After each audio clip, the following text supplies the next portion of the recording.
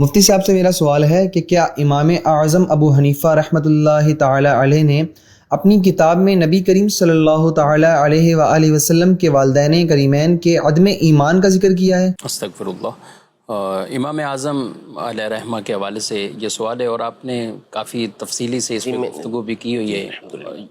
اس پر تفصیل کے ساتھ کلپ موجود ہے۔ امام اعظم ابو حنیفہ رحمۃ اللہ تعالی علیہ کی طرف یہ بات غلط منسوب ہے۔ الفقہ الاکبر آپ کی کتاب ہے، رسالہ ہے عقائد کے اوپر، اس میں ایک جملہ یہ شامل کیا گیا، ورنہ اس کے جو پرانے ترین نسخے ہیں اور قدیم سے علماء، یہ آج کا نہیں، قدیم سے علماء نے اس پر تنبیہ کی ہوئی ہے۔ علامہ طحطاوی رحمۃ اللہ تعالی علیہ جو مشہور عالم دین ہیں احناف کے، اور ان کی در مختار کے اوپر شرح موجود ہے، حاشیۃ طحطاوی کے نام سے حاشیہ موجود ہے ان کا، تو انہوں نے اس بات کو تفصیل سے بیان کیا کہ اس کے جو قدیم نسخے ہیں فقہ الاکبر کے، تو اس میں یہ عبارت موجود نہیں ہے کہ ماتا علی الکفر، نبی پاک صلی اللہ علیہ وسلم کے والدین نعوذ باللہ کفر پر انتقال کر گئے، ایسا نہیں ہے، نمبر ایک۔ اور بعض نسخے جن کے اندر یہ عبارت شامل ہوئی، تو ان میں بعض نسخوں کے اندر، یعنی جو بعض اس کے آپ کو ملیں گے، کتابیں ملیں گی جو پرانی لکھی ہوئی ہیں، تو اس کے اندر ما ماتا علی الاسلام، ما ماتا علی الکفر، اس کے الفاظ ہیں، یعنی ما نفی والا، تو اس کا معنی یہ بنے گا کہ یہ دونوں کفر پر نہیں مرے، دونوں کفر پر نہیں مرے۔ اور بعض نسخوں کے اندر یہ ہے کہ ماتا علی الفطرہ، کہ یہ حضرات جو ہے وہ فطرت، یعنی وہ جو دور فطرت تھا اور دین فطرت تھا، اس پر ان کا انتقال ہوا، یعنی اس وقت تک چونکہ نبی پاک صلی اللہ تعالیٰ علیہ وآلہ وسلم کی جو دعوت تھی وہ آئی نہیں تھی۔ آپ صلی اللہ تعالیٰ علیہ وسلم ابھی ماں کے پیٹ میں تھے اور آپ کے والد گرامی کا تو انتقال ہو گیا تھا، تو اس وقت تک تو نبی پاک صلی اللہ تعالیٰ علیہ وآلہ وسلم کی دین اسلام کی دعوت تھی نہیں، اور والدہ کا انتقال بھی نبی پاک صلی اللہ تعالیٰ علیہ وسلم کی جب 6 سال کی عمر تھی تو اس وقت ہو گیا تھا۔ تو اس لیے یہ دونوں حضرات نبی پاک صلی اللہ علیہ وسلم کے اعلان نبوت سے بہت پہلے دنیا سے رخصت ہو چکے تھے، اور یہ وہ زمانہ تھا جو فطرت کا زمانہ کہلاتا ہے، یعنی 2 نبیوں کے درمیان کا زمانہ ہوتا ہے، اور اس میں ایک نبی جو پہلے والے ہوتے ہیں ان کی تعلیمات تقریباً ختم ہو چکی ہوتی ہیں، تو وہ لوگ نبی پاک صلی اللہ علیہ وسلم کے جو والدین تھے، سیدنا عبداللہ رضی اللہ تعالی عنہ اور سیدہ آمنہ رضی اللہ تعالی عنہا، دونوں کے دونوں یہ کبھی بھی بت پرستی کے اندر مبتلا نہیں ہوئے، کہ نبی پاک صلی اللہ علیہ وسلم کے آبا و اجداد، یعنی آپ کے والد، آپ کے والد کے والد، اور یہ سلسلہ جو کڑی جا رہی ہے سیدھی اوپر، دادا پردادا اوپر، یہ سارے اوپر تک حضرت آدم علیہ السلام تک کوئی بھی ایسا نہیں کہ جو بت پرستی کے اندر کبھی مبتلا ہوا ہو۔ انبیاء جو اس میں ہیں ان کا تو تصور ہی نہیں ہے۔ باقی اس کے علاوہ حدیثوں کے اندر موجود ہے کہ نبی پاک صلی اللہ تعالیٰ علیہ وآلہ وسلم نے یہ ارشاد فرمایا کہ میں ہمیشہ بہترین صلبوں سے پاکیزہ رحموں کی طرف آتا رہا ہوں، یعنی جو بہترین لوگ تھے اس زمانے کے، انہی سے نبی پاک صلی اللہ علیہ وسلم کا نور منتقل ہوتے ہوتے سیدنا عبداللہ اور پھر اس کے بعد سیدہ آمنہ رضی اللہ تعالی عنہا تک آیا ہے۔ اور یہ بھی حدیث پاک کے اندر موجود ہے کہ ہر زمانے کے بہترین افراد موجود ہوتے ہیں، اور ایسے افراد ہر زمانے کے اندر موجود ہوتے ہیں جو کبھی بھی اللہ کے علاوہ کسی کی عبادت نہیں کرتے۔ اس کا مطلب یہ ہوا کہ نبی پاک صلی اللہ علیہ وسلم کے آبا و اجداد یہ بہترین لوگ تھے، اور بہترین لوگ اس دور کے وہ ہوتے ہیں کہ جو اللہ تبارک و تعالیٰ کی عبادت کے علاوہ کسی اور کی عبادت نہیں کرتے۔ تو ایسا تو کبھی ہوا ہی نہیں کہ یہ حضرات جو ہے یہ شرک و کفر کے اندر مبتلا ہوئے، یعنی توحید پر تھے، یہ موحد تھے۔ پھر اس کے بعد ان کا معاملہ، یعنی نبی پاک صلی اللہ علیہ وسلم کے جو والدین کریمین طیبین رضی اللہ تعالی عنہما ہیں، اس پر علماء کی یعنی ڈھیروں کتابیں موجود ہیں، علماء احناف کی کئی کتابیں موجود ہیں، اور کئی محققین علماء جیسے امام ابن کمال پاشا رحمۃ اللہ تعالی علیہ احناف کے علامہ سیوطی کہلاتے ہیں، اتنی کتابیں تحریر فرمائی، ان کا رسالہ مطبوع ہے اس مسئلے کے اوپر۔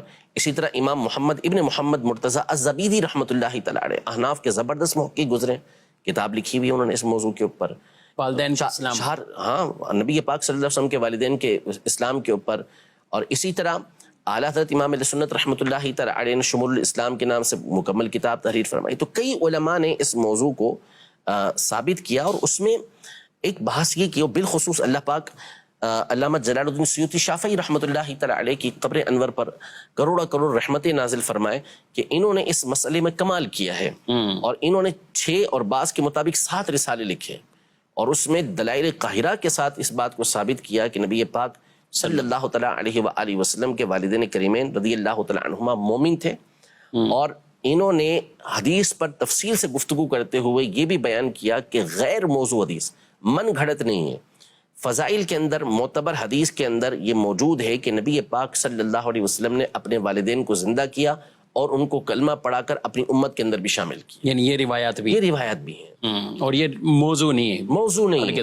ہاں موضوع نہیں ہے یہ. اس پر تحقیق فرمائی علامہ سیوطی رحمۃ اللہ تعالی علیہ نے, اور اللہ ان کو جزائے خیر عطا فرمائے اس کے اوپر. اس کے بعد بہت سے لوگ ان کے ان دلائل کو نقل کرتے ہوئے آئے ہیں. تو امام اعظم ابو حنیفہ رحمۃ اللہ تعالی علیہ کی کتاب کے اندر اصلاً یہ بات موجود نہیں تھی. پہلی یہ خیانت اور دھوکہ ہے کہ جو اصل میں دیکھیں اس دور کے اندر پریس تو تھے نہیں.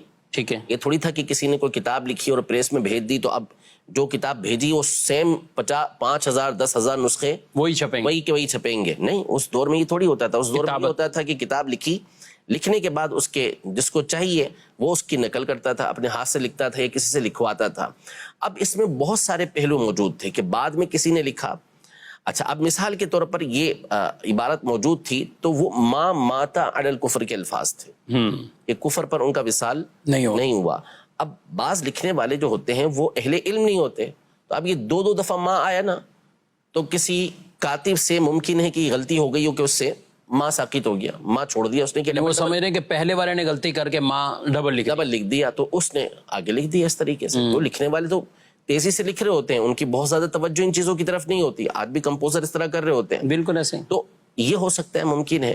تو ابھی بھی جو زمانے قریب کے بڑے بڑے محققین گزرے جن کی مخطوطات کے اوپر اور بالخصوص حنفیوں کی کتابوں کے اوپر بڑی گہری نظر گزری ہے, انہوں نے اس بات کی تحقیق کر کے ثابت کیا کہ مصر کے قدیم کتب خانوں کے اندر وہ نسخے موجود ہیں کہ جس میں یہ 12 سرے سے لکھی بھی نہیں ہے. تو اس لیے ہرگز ایک تو امام اعظم ابو حنیفہ رحمۃ اللہ تعالی علیہ کی طرف یہ بات منسوب کرنا درست نہیں.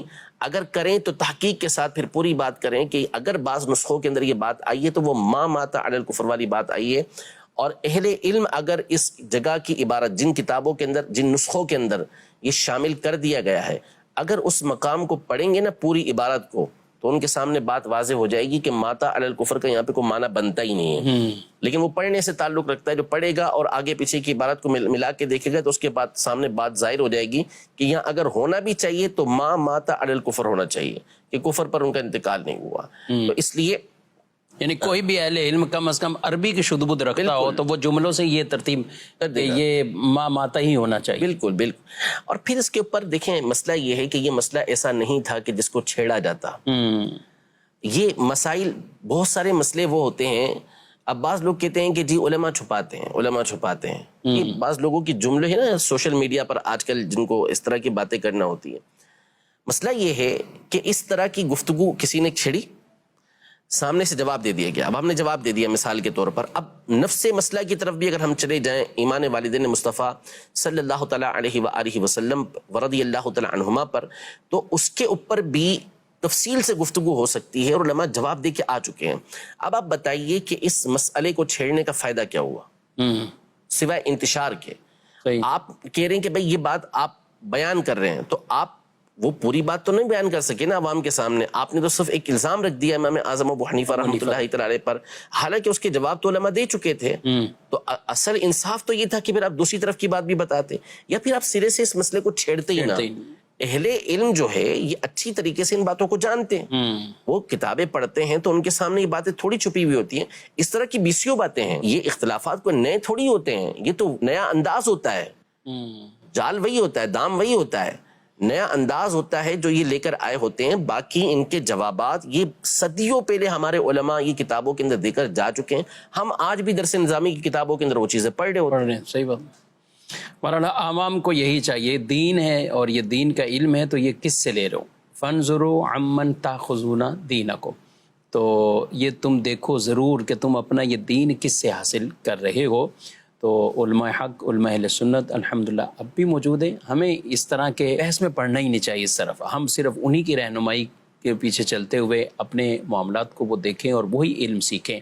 اور اگر کہیں وسوسے ایسے پیدا بھی ہو گئے تو اس کی بھی رہنمائی علماء دین, علماء اہل سنت سے آپ لیں, تو انشاءاللہ آپ کو بڑی وضاحت کے ساتھ وہ بیان بھی کر دیں گے.